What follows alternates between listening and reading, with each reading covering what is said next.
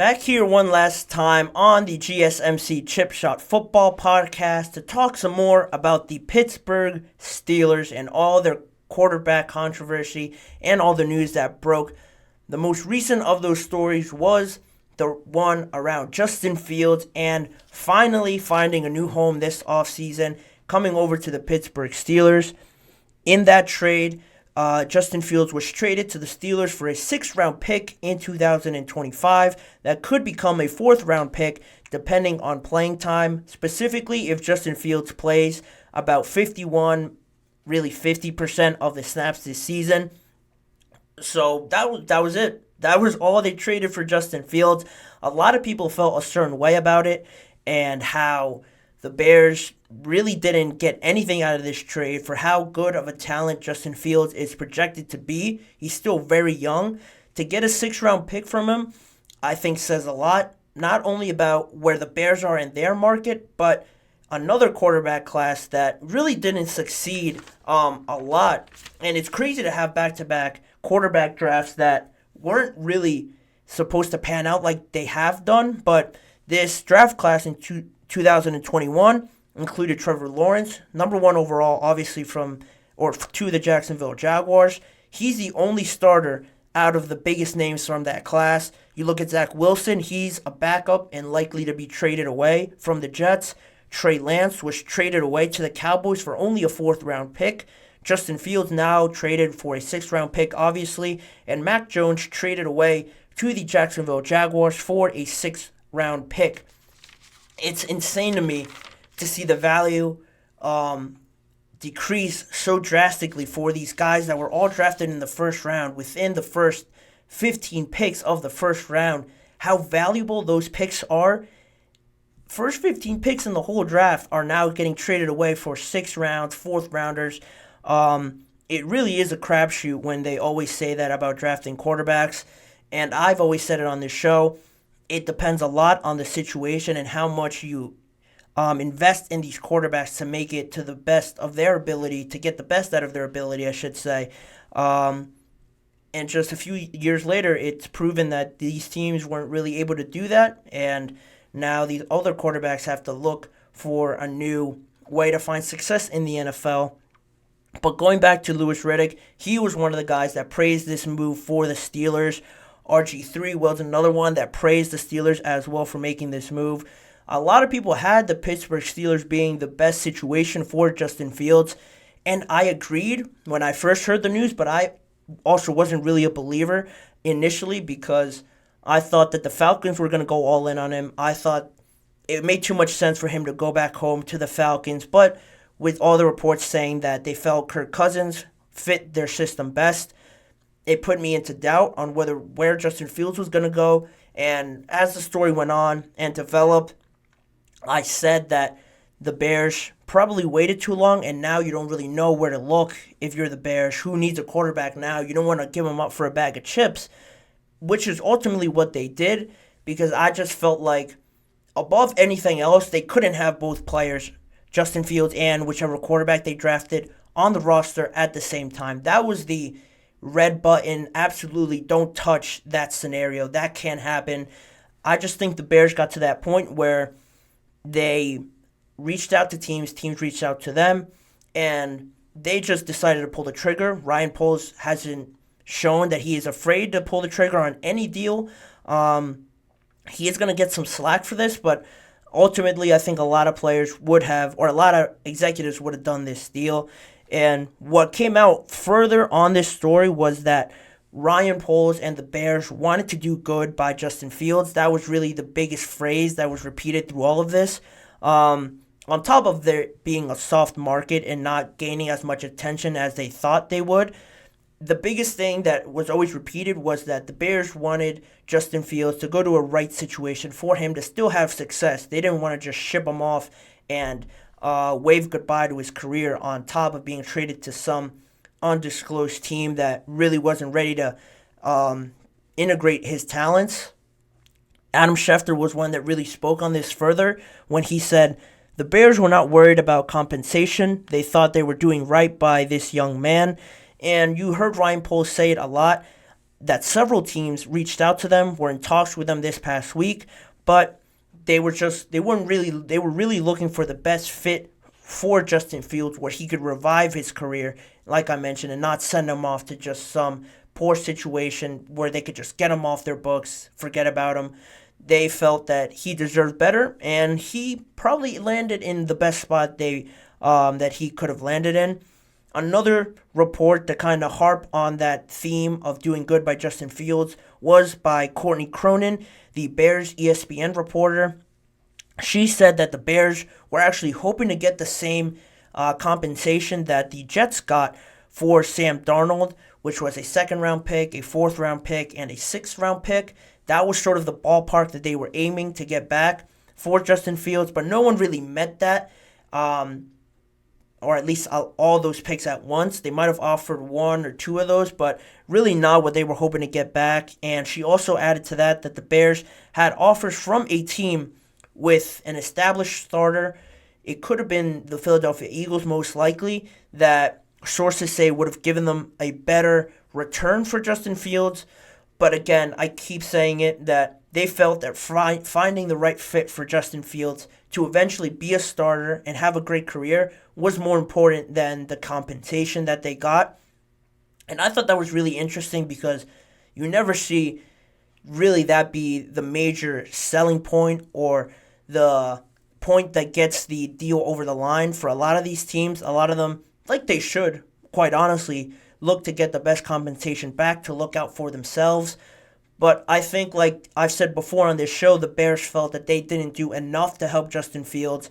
And it says a lot about them and Ryan Poles, I think, that they were able to still provide some positive for Justin Fields and want to see him succeed somewhere else. And now they've also built a good program and team themselves. But, a lot of people won't be happy with the trade, but I think it was one that absolutely had to happen because you couldn't have him on this team any longer. And I think the longer that they waited, the less that they were going to get for Justin Fields. So I thought it was a decent trade. All biased aside, being a Steelers fan, only giving up a sixth-round pick. But going further onto this topic of the quarterbacks now in Pittsburgh, completely new quarterback room for the Steelers. You get rid of Kenny Pickett, Mason Rudolph, and Mitchell Trubisky, and you bring in Russell Wilson and really a younger, bigger, maybe more athletic version of Russell Wilson now in Justin Fields. It's going to be interesting what they do with them. I still think, like many people have reported, that Russell Wilson will be the starter because he is on a cheap deal, veterans minimum. The Steelers aren't really going to lose anything by playing him right away. I think he's going to be the starter, and Justin Fields will do the best to try and learn behind him, learn the offense, give him more time because, at this point in their careers, I think if you play Russell Wilson right away and he does bad, it's less worrying than playing the younger guy and having him play bad, getting all the criticism, being so young and putting more negatives around him and his career. You lose a lot more if you do that than Russell Wilson. If he plays bad, you bench him anyway. He's only there for a year. You're paying barely over $1 million to have him on your team. There's more risk in playing Justin Fields already as the starter than it would be Russell Wilson. So that makes sense to me from that aspect. And on top of all of this, they only gave away like a sixth-round pick, like I mentioned. In all of the trades Omar Khan has done with the Chicago Bears, the Steelers, in all of its totality, you think about it, they got the 32nd overall pick last year in the draft, which ended up turning into Joey Porter Jr. They got Justin Fields from the Chicago Bears as well, and they've only given up Chase Claypool, who's an unrestricted free agent and hasn't really lived up to any potential that he garnered coming out of Notre Dame, and they've only given up a conditional sixth-round pick. So, saying all of that just establishes and supports the idea of me and really being a fan of what Omar Khan has done for the Pittsburgh Steelers. And just this offseason alone, I think he's shown what kind of team and what kind of general manager that he wants to be for this team, and really setting the precedent for this team of not accepting anything less than, the standard that this whole franchise and its history really has to live up to. They haven't had playoff success in so long. They still sit at 6 Super Bowl trophies and haven't had a playoff win in about 7 years now. Now, I think they've had enough of that, especially with all the talk around Mike Tomlin and the pressure that he's always felt of having a winning season but no playoff success. Not only does this give him more of a chance to do that, on the other side, it almost increases the pressure more because you have all these players that a lot of people will argue there's no reason for you not to win at least one playoff game now. And I see that. I might even support that reasoning. But, teams, Super Bowl teams, playoff caliber teams aren't really established in March. You have to see how all these pieces fit. I'm a big fan of what they've done so far, especially at such a low risk for their team. The total cap hit for Russell Wilson and Justin Fields in 2024 is between about $4.4 million and $7 million. And to put that into perspective of other players and how much money that is, the New England Patriots are signing Jacoby Brissett for $8 million. Daniel Jones is taking up $47 million for the New York Giants and their cap money. Zach Wilson is taking up $11 million. And Gardner Minshew, just signed with the Las Vegas Raiders, is around $7.7 million. You get 2 new quarterbacks with a lot of potential into your team now that costs less combined than all of those guys. And you could argue that these 2 guys, Justin Fields and Russell Wilson, are maybe better than all of those guys. So it's a win-win, in my opinion, for the Steelers because low risk, potential high reward with these guys coming in. And now, talking more about on the field and playing, is it impossible for Fields to maybe beat out Russell Wilson at some point in this season? I wouldn't say so. I don't think it's impossible to see Justin Fields playing maybe early. They do have some bigger games now, the Steelers, than they did last year. I think they're going to play the Eagles, the Chiefs, and the Atlanta Falcons, who are building an exciting team all this season. So there are some tough teams in there, and if Russell Wilson really isn't playing well, the kind of tradition and culture that this Steelers team is building now, really not waiting around with all these bad results, I wouldn't be surprised if they pulled Russell Wilson and threw Justin Fields in there. Who's to say that they couldn't play together? That all has to be culminated with Arthur Smith if he wants to throw in Justin Fields in there for a play or two to run a read option or something like that. That's an option, but I don't think it's impossible for Fields to eventually become the starter just this year.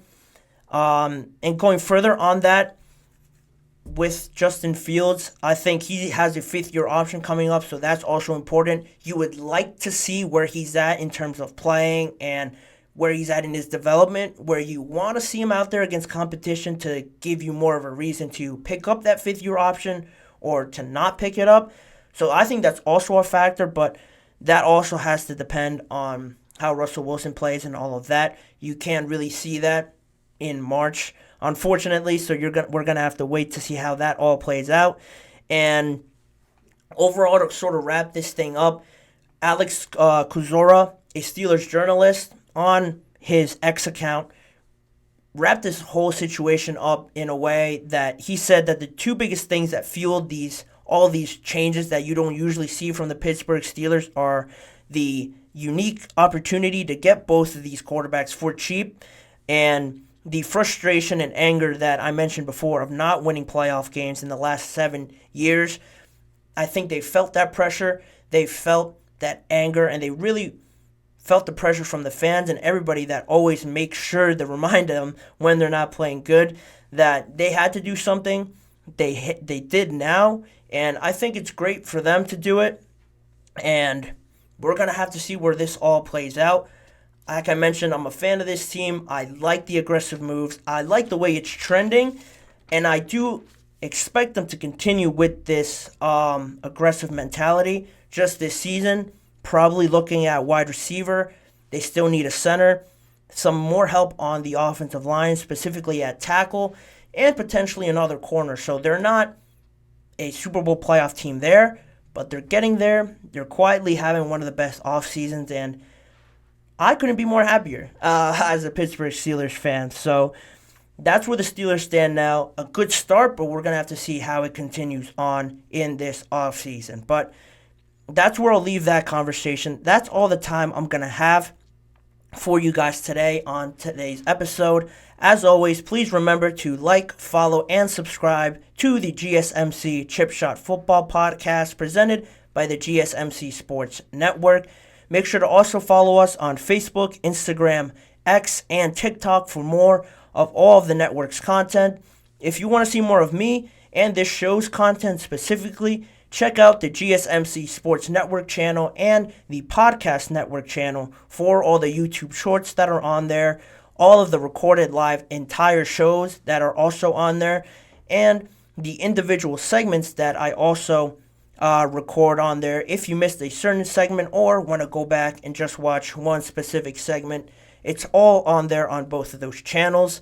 Make sure to tune in every weekday at 6:30 p.m. Eastern Time for more football conversation and for more NFL talk from me, your host, Manny Maradiaga. Thanking you guys for tuning in, and I'll see you guys all tomorrow.